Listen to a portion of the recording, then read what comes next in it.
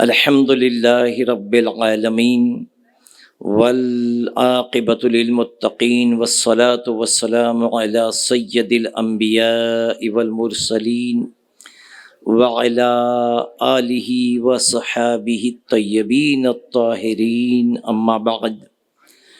فاعوذ باللہ من الشیطان الرجیم ببرکت بسم اللہ الرحمن الرحیم۔ اقرأ باسم ربک الذی خلق۔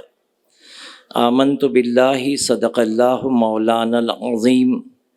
وبلغنا رسولہ النبی امین المختار الکریم ونحن علی ذلک لمن الشاہدین والشاکرین والحمد للہ رب العالمین۔ معمول کے مطابق آئیے رسول کریم علیہ تحیت و تسلیم کی بارگاہ بے کس پناہ میں ہم سب مل کر درود و سلام کا نذرانہ پیش کریں۔ پڑھیے الصلاۃ والسلام علیک یا رسول اللہ، الصلاۃ والسلام علیک یا حبیب اللہ، الصلاۃ والسلام علیک یا نبی اللہ، الصلاۃ والسلام علیک یا نور اللہ، وعلی آلک واصحابک یا حبیب اللہ صلی اللہ تعالی علیہ وسلم۔ یہ ہمارے لیے کتنی بڑی خوش نصیبی ہے کہ آج ہم اس متل گراؤنڈ پر آقا کریم علیہ تحیت و تسلیم کے دین کو سیکھنے اور سمجھنے کے لیے تشریف لائے ہیں، حاضر آئے ہیں۔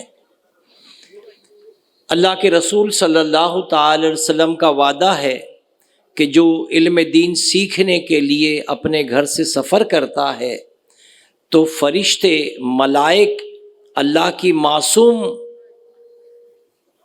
مخلوق ان کی راہ میں اپنے پروں کو بچھا دیتے ہیں۔ تو ہم بڑے خوش نصیب ہیں کہ علم دین سیکھنے کی غرض سے ہم نے اس متل گراؤنڈ میں آنے کا ارادہ کیا، رخ کیا، اور ہم ان خوش نصیبوں میں بھی ہے کہ جنہوں نے قبل از وقت اپنی تمام ذمہ داریوں سے برات کے بعد میدان کا رخ کیا، میدان میں آئے اور اپنی جگہ براجمان ہو گئے، بیٹھ گئے، اور اللہ اس کے رسول کے فرمودات کو سیکھنے کے جذبے کے ساتھ جب ہم نے یہ قدم اٹھایا، یقیناً میرا رب بڑا کریم ہے، اس کی بارگاہ میں دعا ہے کہ جیسا اس کے حبیب صلی اللہ تعالی وسلم نے خوشخبری دی ہے، اللہ تبارک و تعالی ہمیں اپنے حبیب کے صدقے ان معاملات سے سرفراز فرمائے جو رسول گرامی وقار صلی اللہ تعالی وسلم نے بیان فرمائے۔ میرے عزیزوں، رمضان شریف کی آمد ہے، چند ہی دنوں کا انتظار ہے۔ انشاءاللہ وہ مبارک مہینہ جس کا انتظار بعض حضرات پورا سال کرتے رہے، اور اکثر حضرات نے شعبان کا چاند دیکھ کر یہ دعا کی تھی، اللہم بارک لنا فی شعبان، اللہم بارک لنا فی رجب و شعبان وبلغنا رمضان، یعنی رجب میں ہی رمضان کی تیاری، شعبان میں ہی رمضان شریف کا استقبال، یہ ہم نے طے کر لیا تھا۔ اللہ تبارک و تعالی ان دونوں ماہ کی خیر و برکت سے ہمیں صحت و سلامتی والی زندگی عطا فرمائے، اور رمضان شریف کے جو معاملات ہیں اللہ تبارک و تعالی بڑی آسانی کے ساتھ ہمیں اس پر عمل پیرا ہونے کی توفیق عطا فرمائے، اور ساتھ ہی ساتھ جو کچھ ہم جملہ عبادت رمضان شریف میں کریں، اللہ تبارک و تعالی اپنی شان کے مطابق ہماری ان عبادات کو اپنی بارگاہ میں قبول و مقبول فرمائے۔ رسول کریم صلی اللہ تعالی وسلم کی ذات کے تعلق سے کتابوں میں آتا ہے کہ رمضان شریف کے علاوہ رسول کریم علیہ تحیۃ و تسلیم سب سے زیادہ روزے شعبان کے مہینے میں رکھا کرتے، رمضان شریف کے علاوہ سب سے زیادہ روزے شعبان کے مہینے میں رکھتے۔ لیکن جیسے جیسے رمضان شریف کے ایام قریب آتے، علماء کرام فرماتے ہیں کہ اپنے آپ کو مشقت میں نہ ڈالو، اتنی زیادہ عبادتیں نوافل کی کثرتیں شعبان میں مت کرو، کہیں ایسا نہ ہو کہ رمضان میں کمزور پڑ جاؤ اور فرائض کے معاملات میں ادھورے رہ جاؤ۔ تو شعبان المعظم میں ہمیں رمضان شریف کی تیاری کرنی ہے،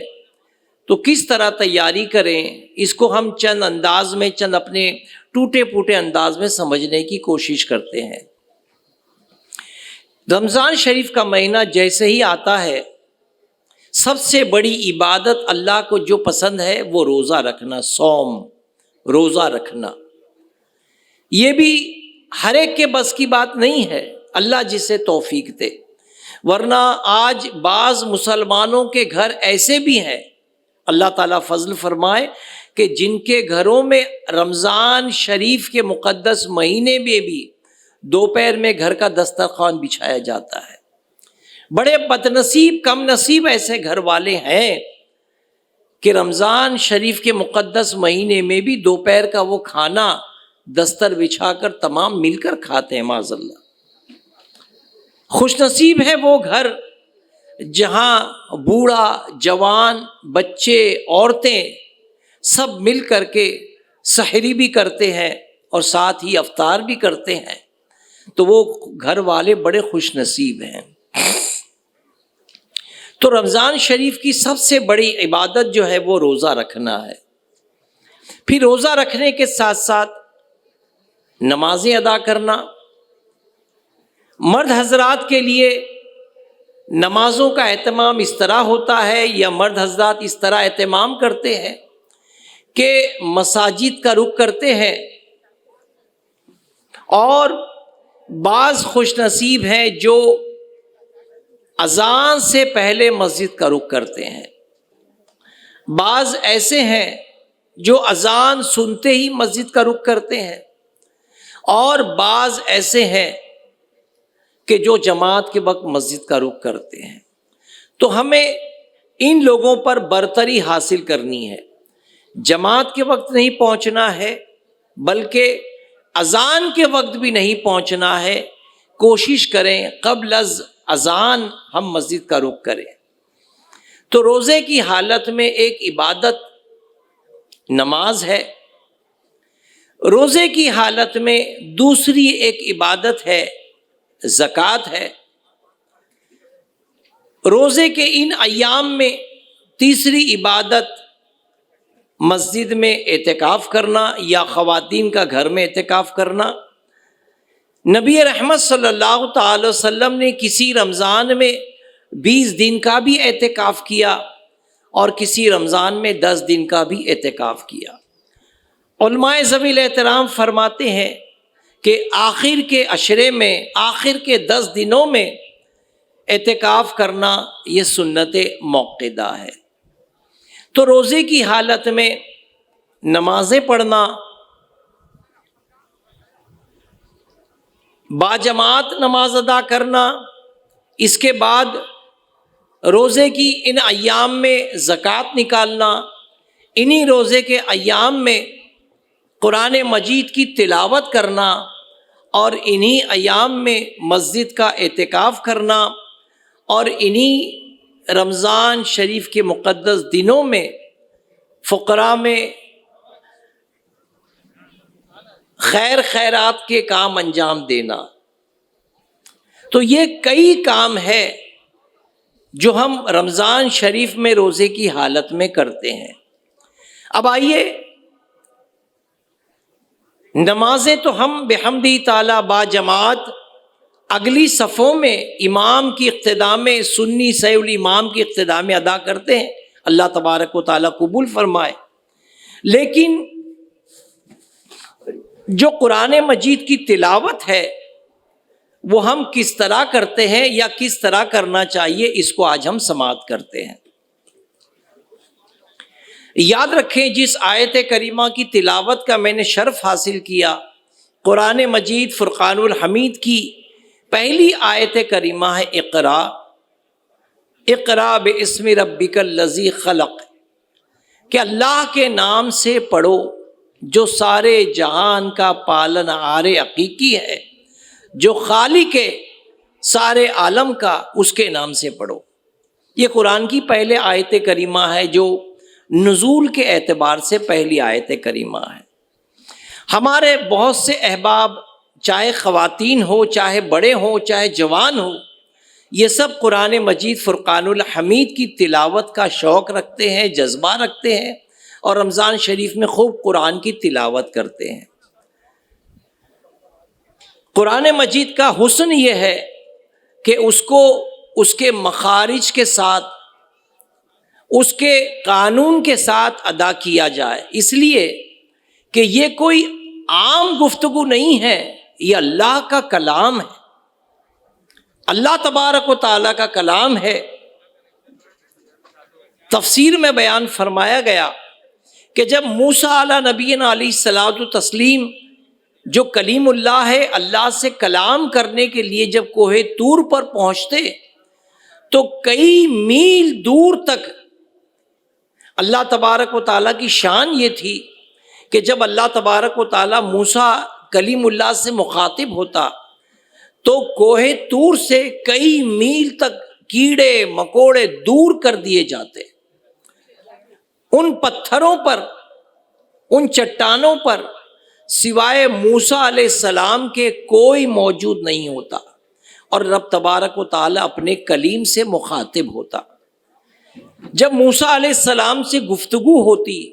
تو چونکہ یہ ہمارا یقین، اعتقاد، ایمان ہے کہ اللہ رب العزت کے لیے کوئی ایک سمت مقرر کر لینا یہ گمراہی ہے، اللہ لامحدود ہے۔ تو تفسیر میں بیان کیا گیا کہ جب اللہ تبارک و تعالیٰ سیدنا موسیٰ کلیم اللہ سے مخاطب ہوتا، گفتگو فرماتا، تو موسیٰ علیہ السلام کا سارا جسم کان بن جاتا۔ دیکھیں، مثال یہ ہے کہ اگر کوئی مجھے یہاں سے گفتگو دے، آواز دے، تو میں اس کی طرف متوجہ ہو جاؤں گا، اس لیے کہ میرا کان مجھے احساس دلائے گا کہ آواز دینے والا اس سمت موجود ہے۔ تو اگر آواز دینے والا اس سمت موجود ہے تو اس سمت تو نہیں ہے، لیکن میرے رب کی شان یہ ہے کہ وہ جگہ سے تو پاک ہے لیکن ہر جگہ وہ موجود ہے، جگہ سے پاک ہے۔ تو جب رب تبارک و تعالیٰ موسیٰ کلیم اللہ سے مخاطب ہوتا تو گویا موسیٰ علیہ السلام کا پورا وجود کان بن جاتا، اور سب طرف سے موسیٰ علیہ السلام کو اللہ تبارک و تعالیٰ کا کلام سماعت میں آتا، سننے میں آتا۔ یہ رب کی شان ہے۔ تو جب رسول عربی صلی اللہ تعالی وسلم پر نزول وحی ہوتی تو آقا کریم صلی اللہ تعالی وسلم اللہ تبارک و تعالیٰ کا جب کلام سنتے، اور جب وحی کا سلسلہ کچھ دیر کے لیے موقوف ہو جاتا، پھر نبی رحمت اس قرآن مجید کی تلاوت فرماتے، اور قریب رہنے والے صحابہ کرام بالخصوص سیدنا امیر معاویہ رضی اللہ تعالیٰ جو کاتب وحی میں شمار ہے، آپ قرآن مقدس کی وہ آیت کریمہ جو نزول ہوتی اس کو لکھا کرتے۔ ایک تو یہ بات۔ دوسری بات، روزے کی حالت میں اگر ہمارے منہ سے بو آئے، بدبو آئے،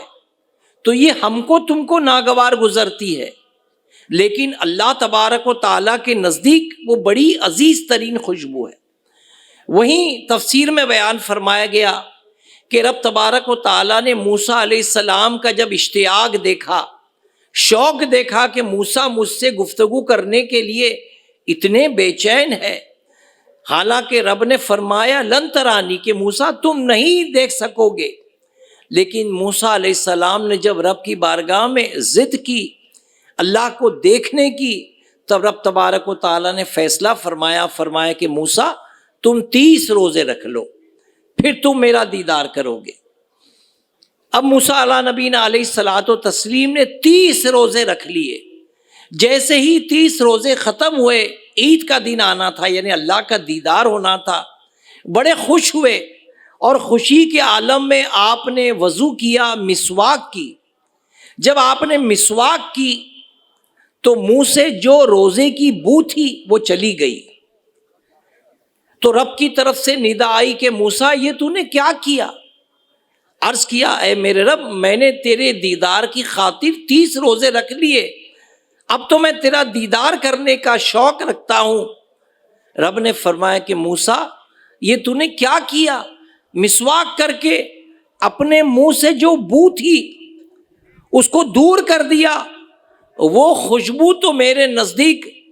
مشک سے زیادہ عزیز ہے، تو نے مسواک کے ذریعے اس بو کو ظاہر کر دیا۔ اب 10 روزے اور رکھ لو تاکہ وہ منہ کی بو پھر پلٹ آئے اور پھر تم مجھ سے ملاقات کے لیے آؤ۔ تو جو ہم روزہ رکھتے ہیں اور روزے کی حالت میں جو ہمارے منہ سے بو آتی ہے وہ ہم کو تم کو ناگوار گزرتی ہے، لیکن میرے رب کے نزدیک وہ بو کی بڑی اہمیت ہے۔ لہذا جب روزہ رکھیں تو کسی کے منہ سے جو بو آئے اس سے اکتاہٹ کا اظہار نہ کریں۔ رمضان شریف کے مقدس مہینے میں جب ہم قرآن کی تلاوت کا اہتمام کریں تو اس کا اہتمام کس طرح ہونا چاہیے؟ جب بھی ہم قرآن مجید کی تلاوت کرنا چاہیں، کوشش کریں مصحف یعنی کتابی شکل میں قرآن ہمارے ہاتھوں میں ہو۔ آج موبائل کا چلچلاؤ ہے، موبائل کا دور ہے، لوگ موبائل میں ہی قرآن مجید ڈاؤن لوڈ کر لیتے ہیں اور مسجد میں بھی موبائل میں بیٹھ کر قرآن کی تلاوت کرتے ہیں۔ تو یاد رکھیں، قرآن کا حسن یہ ہے کہ اس کا چھونا بھی عبادت، دیکھنا بھی عبادت اور پڑھنا بھی عبادت۔ جب آپ قرآن مجید کتابی شکل میں ہاتھ میں لیتے ہو تو اس کا چھونا بھی آپ کے عبادت میں شمار ہوتا ہے، پھر دیکھنا، یہ دیکھنا بھی عبادت میں شمار ہے، اور پھر پڑھنا، یہ پڑھنا بھی عبادت میں شمار ہے۔ اور پھر پڑھنے کے لیے تو فرمایا گیا، میرے آقا فرماتے ہیں کہ ایک ایک آیت پر اللہ تبارک و تعالیٰ نے وعدہ فرمایا 10 نیکی کا۔ میں یہ نہیں کہتا کہ الف لام میم ایک ہے، بلکہ الف الگ، لام الگ، میم الگ۔ الف لام میم پڑھنے پر 3 حرف ہیں، 30 نیکیاں ملتی ہے، 30 درجات بلند ہوتے ہیں اور 30 گناہ ہمارے مٹائے جاتے ہیں۔ تو جب قرآن مجید فرقان الحمید پڑھنے کا ارادہ ہو تو خدا کے واسطے مسجد سے قرآن کتابی شکل میں اٹھائیں اور اس کو پڑھیں۔ اکثر دیکھا گیا کہ بعض حضرات قرآن مجید ہاتھ میں لے کر پڑھتے رہتے ہیں، الحمدللہ بڑی اچھی بات ہے، لیکن کیا آپ چاہیں گے کہ آپ کا وہ پڑھنا اور زیادہ نیکیاں آپ کے حصے میں آئے؟ تو اس کا طریقہ کار یہ ہو کہ آپ اپنی شہادت کی انگلی ہر لائن پر رکھتے ہوئے چلیں، ہر لائن پر رکھتے ہوئے چلیں تو آپ کو زیادہ نیکیاں میسر آئے گی۔ ایسے آپ نے قرآن مجید کھول لیا اور قرآن کی شکل میں اس طرح پڑھتے رہے تو قرآن تو پڑھنا لکھا جا رہا ہے، لیکن کیا ہی بہتر ہے کہ اس طرح ہم ہر سطر پر، ہر لائن پر انگلی رکھتے چلیں اور پڑھتے چلیں، انشاءاللہ نیکیاں آپ کو زیادہ ملے گی۔ دوسری بات یہ کہ اکثر حضرات کو دیکھا گیا کہ قرآن مجید ہاتھ میں لے لیا، اب وہ زبان ہونٹ ہلائے بنا نظروں سے پڑھتے ہیں۔ تو اگر یہ ہاتھ میں قرآن لے کر 100 دن بھی پڑھتے رہیں گے تو ان کو پڑھنے کا ثواب نہیں ملے گا، ان کو صرف دیکھنے کا ثواب ملے گا، چھونے کا ثواب ملے گا۔ پڑھنے کا ثواب کب ملے گا؟ تو فقہائے کرام فرماتے ہیں کہ پڑھنے کی تعریف کیا ہے، پڑھنے کی ڈیفینیشن کیا ہے؟ تو پڑھنے کی ڈیفینیشن یہ ہے کہ ہماری آواز ہمارے کان میں پہنچے، یہی پڑھنا شمار ہوتا ہے۔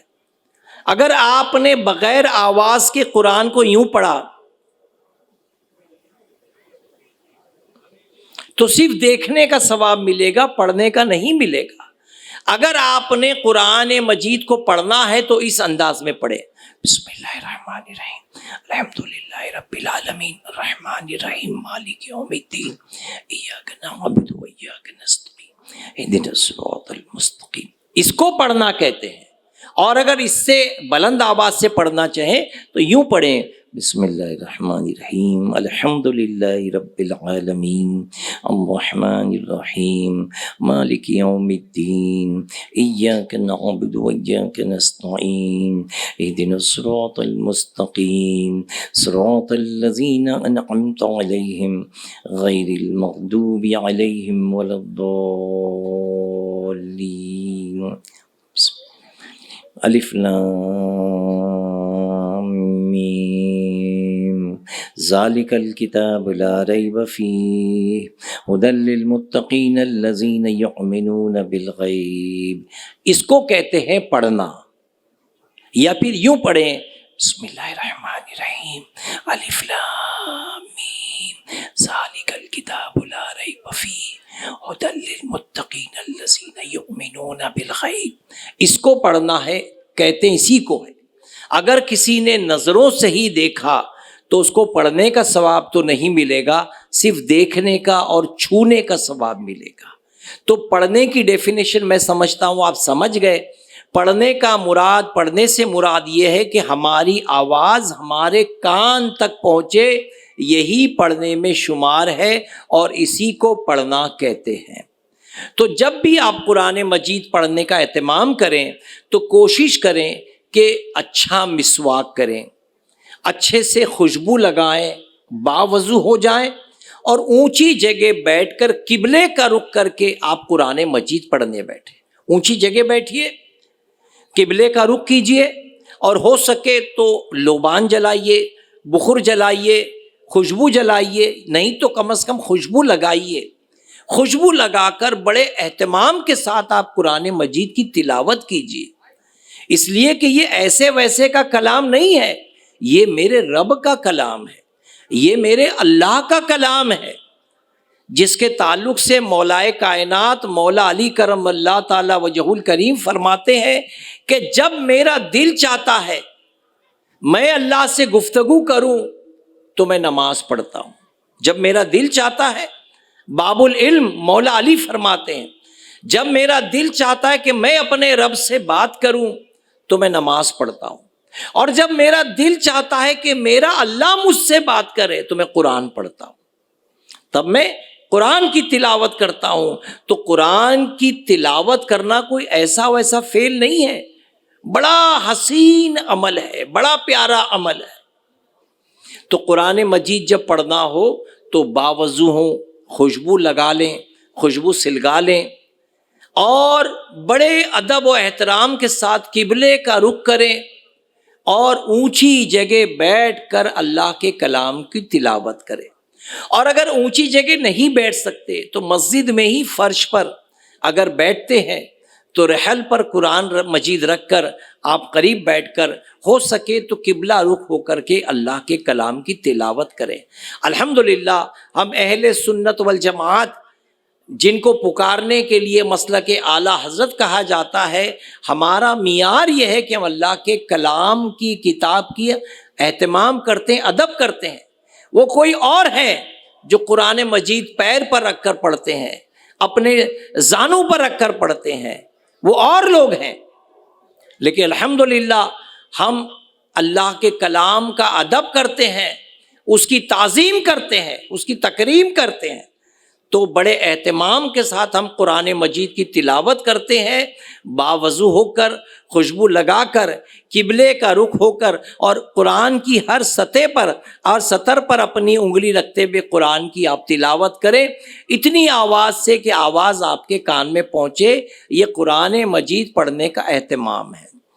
اب اگر آیت سجدہ آ گئی، بات چلی تھی قرآن مجید کتابی شکل میں پڑھنے کی، تو یہ بات بھی سمجھ لے، جیسے میں نے آپ سے آغاز میں کہا،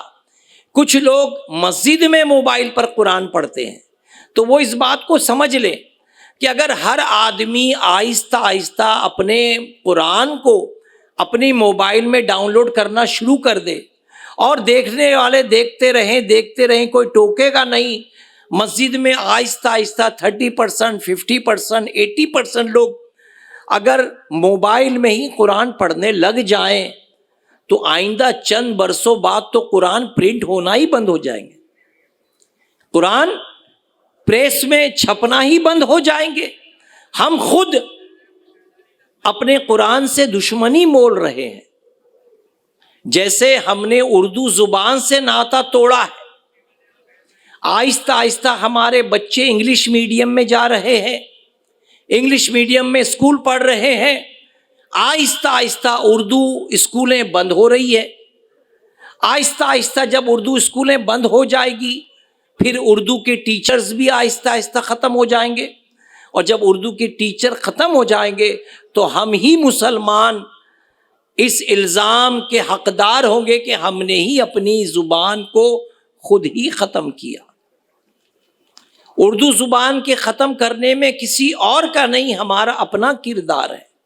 بڑے بڑے شاعر، بڑے بڑے اردو داں، آج ان کی اولادیں انگلش میڈیم میں پڑھتی ہے، جن کے گھر میں اردو کا چل چلاؤ ہو گیا ہے، اردو آہستہ آہستہ اٹھ رہی ہے،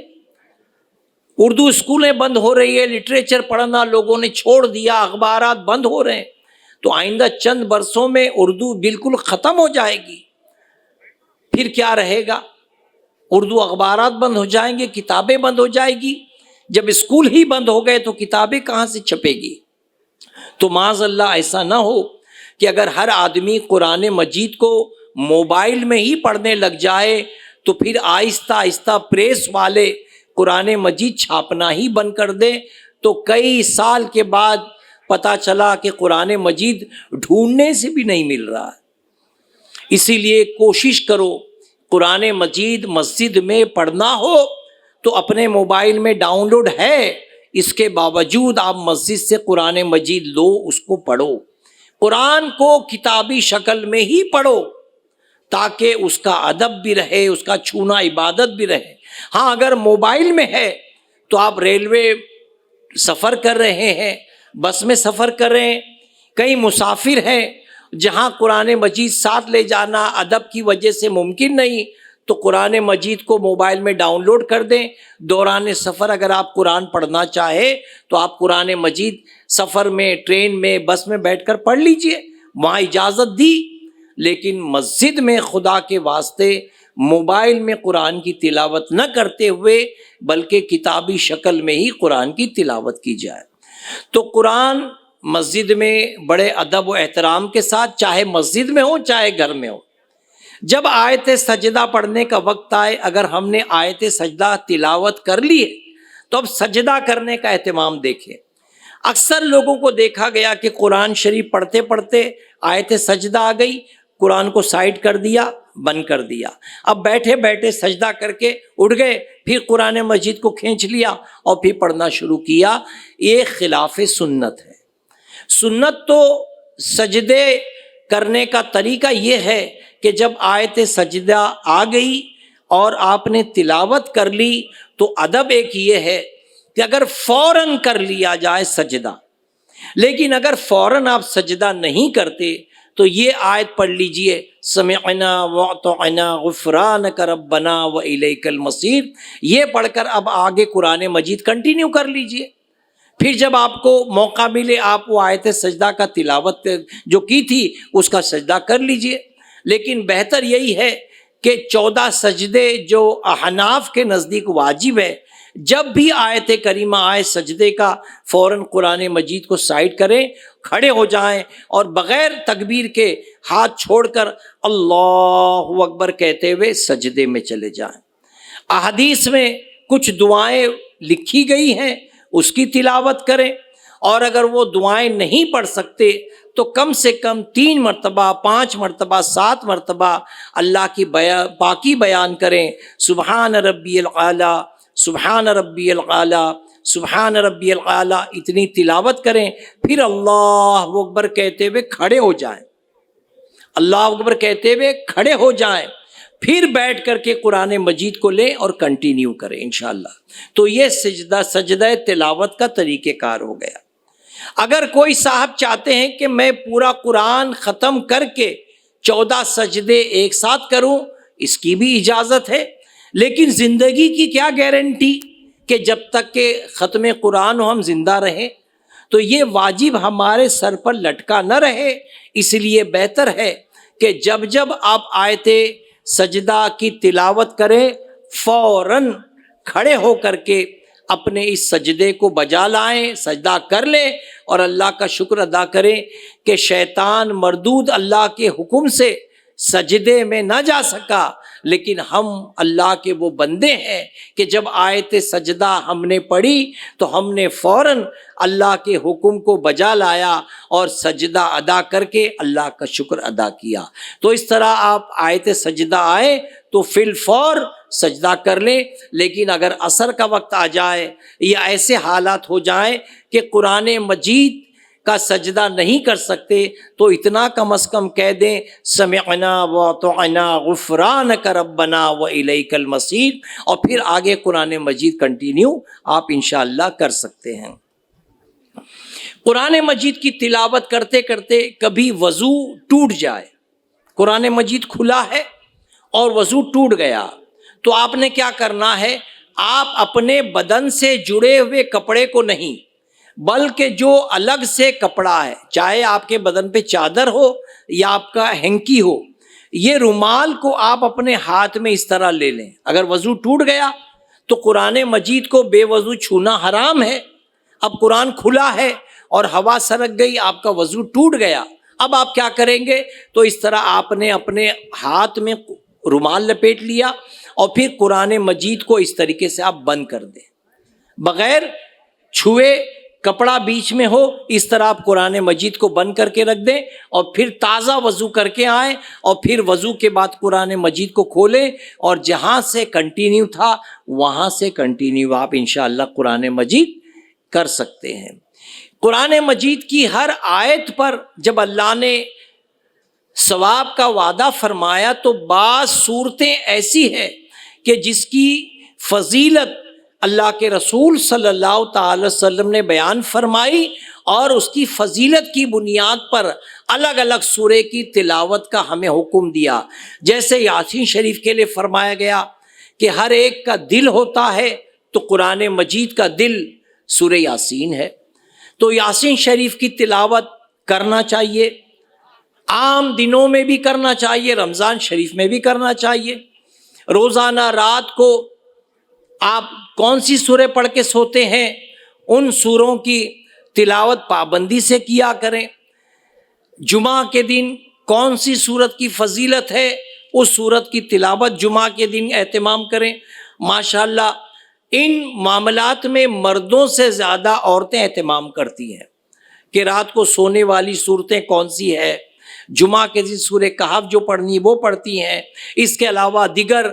اذکار وظائف جمعہ کے دن کے جو اہتمام ہے وہ خواتین بالخصوص کرتی ہے، لیکن مرد حضرات اس میں تھوڑی کوتاہی کرتے ہیں، لیکن اگر اللہ توفیق دے تو مرد حضرات بھی ان وظائف کے پابند ہو جائیں تاکہ اللہ کا کلام ہمارے گھروں میں جاری و ساری رہے۔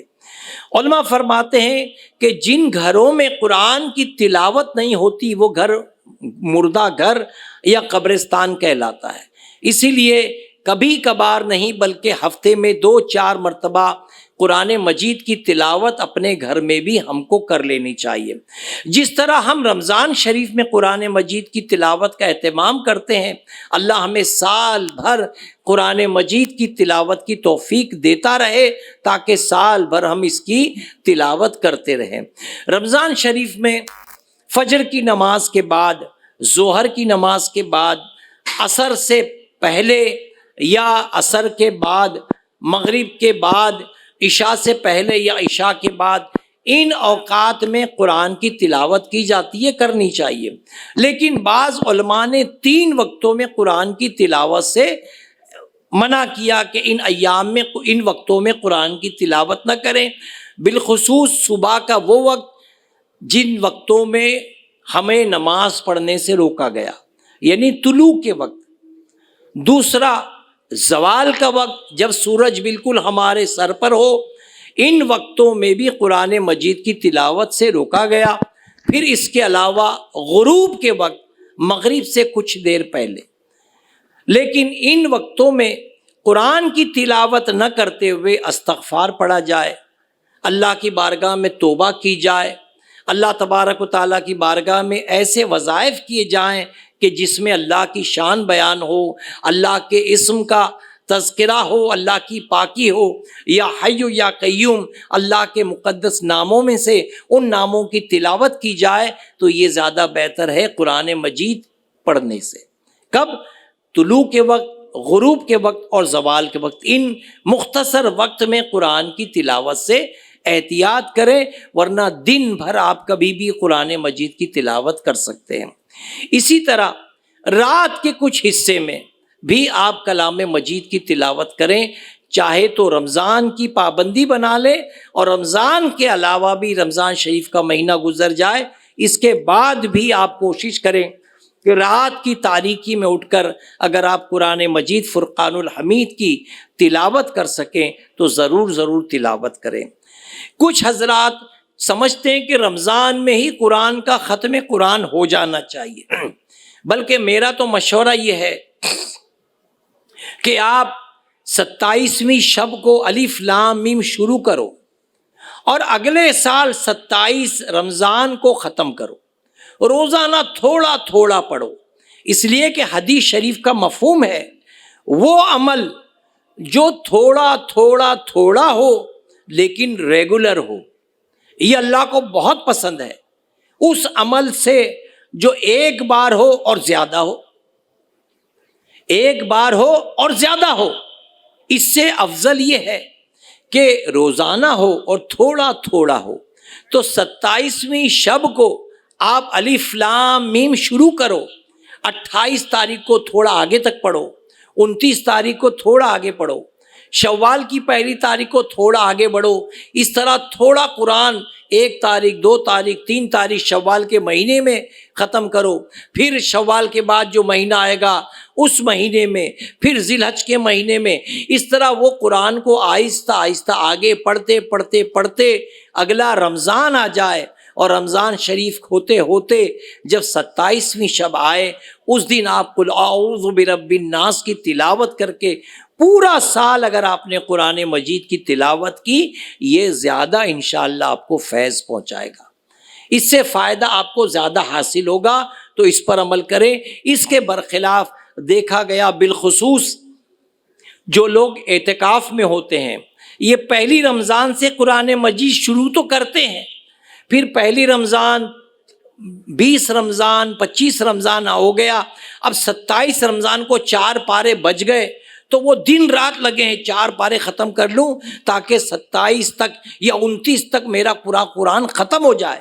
اور میں فاتحہ دلا دوں۔ تو ایسا نہ کریں، اتنی تیزی کے ساتھ قرآن مجید کو نہ پڑھتے ہوئے آہستہ آہستہ تھوڑا تھوڑا پڑھتے ہوئے آپ اگر آگے بڑھیں گے تو انشاءاللہ یہ پڑھنا آپ کو زیادہ کفایت کر جائے گا، زیادہ انشاءاللہ آپ کو ثواب کا حقدار بنا دے گا۔ تو قرآن مجید تھوڑا تھوڑا پڑھتے رہیں، اللہ کرے سال بھر پڑھتے رہیں اور اگلے سال اس کا اختتام ہو۔ ہم نے اکثر دیکھا کہ قرآن خوانی میں قرآن مجید کہنے والے کہتے ہیں کہ دنیا کی سب سے مظلوم کتاب بھی ہے، اس لیے کہ کتاب آئی تھی اس کے احکام پہ عمل کرنے کے لیے، لیکن یہ صرف ثواب کی شکل اختیار کر گئی اور لوگ بطور ثواب ہی پڑھنے لگ گئے۔ یعنی کوئی مر جائے تو قرآن پڑھو، نیا گھر لیا تو قرآن پڑھو، نئی دکان کھولی تو قرآن مجید کی تلاوت۔ تو یہ چند حصوں میں ہی، چند وقتوں میں ہی قرآن کی تلاوت کرنے کا ہم نے اہتمام کیا ہے، تو بلا شبہ یہ بھی جائز ہے، یہ بھی جائز ہے، لیکن بہتر یہ ہے کہ اس کو پڑھ کر اس کے احکامات پر عمل کرنے کی کوشش کریں۔ لیکن اگر کسی کی میت پر یا نئے گھر پر یا نئے مکان پر قرآن کی تلاوت ہو رہی ہے، اب جتنے لوگ قرآن پڑھنے کے لیے آئے، ضروری نہیں کہ سب حافظ قرآن ہیں، اور اگر حافظ قرآن ہے تو تیزی کے ساتھ پڑھ لیں،